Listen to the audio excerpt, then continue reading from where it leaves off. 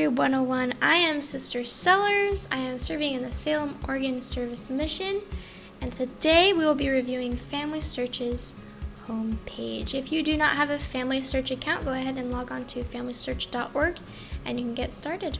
It's pretty awesome.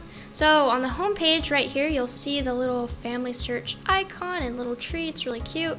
And then you'll see your profile and profile photo and some tabs up here.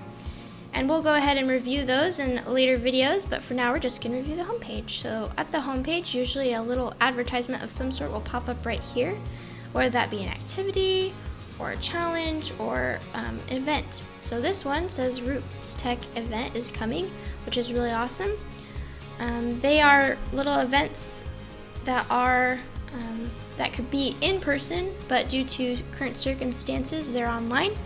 But they have little talk people that come on and they talk about genealogy work, journaling, traditions, our heritage, where we came from. It's super cool and exciting and free as well. So looks like you can get virtual passes there. New volunteer opportunities and other things will pop up over here. It looks like this one is fixed place names, which is a super cool opportunity. They give you about 10 names to do. And what they are is when someone indexed or reviewed an old record, they will type in a place, and then if it's misspelled or Google isn't sure if that is an actual place or not, it will ask you to match it to a real place on the map so that you can map their ancestors. You're not necessarily related to the people that it brings up, but it's just helping Family Search maintain their digital records that they have. And it's really easy to do. I will make another video on how to do that. When you scroll down further, you'll see memories that people put or post on your ancestors' feed or memories. This is a tab here for memories, and they also have a memories app, and I'll go ahead and review that in another video as well on how to do that and how to be a part of that awesome opportunity. So for example, Joseph Franklin Dunn, this was put on his profile, on his memories. He lived from 1883 to 1936, which is pretty cool, and it looks like this is a story or journal entry of some sort. And it was posted by Marie Lewis Lillian.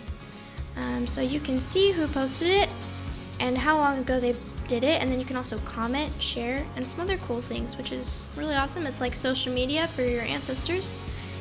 The further you scroll, the more you'll see. So this one's a picture of a really handsome chap that apparently I'm related to. If you don't know how you're related, you can go ahead and click View My Relationship. And what that does is it'll pull up a descendancy chart of how you're related. So it looks like it's through my mom, through my grandpa, which is pretty cool. And you can see how you're related to them, which is awesome. And so that's what those are. Little memories that will show up. Pretty cool. If you go back up to the top, you'll see recommended tasks, which is a really cool thing. Say you don't know what you're doing and you want to get started with Family Search, or you've been doing it for a while but you want some things to do. Recommended tasks are presented from Family Search for you to do. If you are a member of the Church of Jesus Christ of Latter-day Saints, you will have these little white castles, and what those are called are temples. And those allow us to make sacred covenants and ordinances with God, and it's pretty cool. The green ones mean that we can reserve them to do in the temple. The orange ones mean they don't have enough vital information, and what vital information for a person is what information they need to be a person, i.e. a birthday, right? Everyone has to be born and eventually pass on to the next life and things like that, and so they need more information in order for those to turn green and then be reserved. If you are not a member, you'll have more of these that will show up. These are blue little record hints, and what those are is, say there's a census or an obituary or a party invitation or a photo or anything like that, it'll show up as a blue record hint, and it's asking to be attached to that specific ancestor.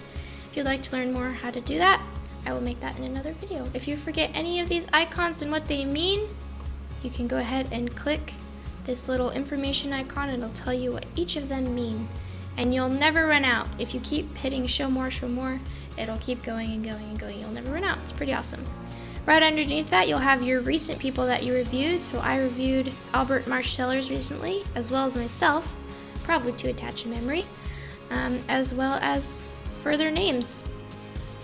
Another cool thing that you have is a to-do list. No one else can see this, just you, and you can make your own to-do list of what things you want to do. So say you want to do all your tasks. Good luck with that. That's a lot of tasks. Or it looks like I want to add more of my living side, or find a missing wife to Raoul Bergevin. Put his ID number there so I could find him easy. So you can create your own to-do list, and then you can check them off when you're done. So that's pretty awesome. So right there you'll have another ad that'll show like an event or another activity to do. So that is the homepage for FamilySearch.org. I hope you liked it. Go ahead and share it with your friends and family. I'll see you next time for another Family History 101 video. Bye!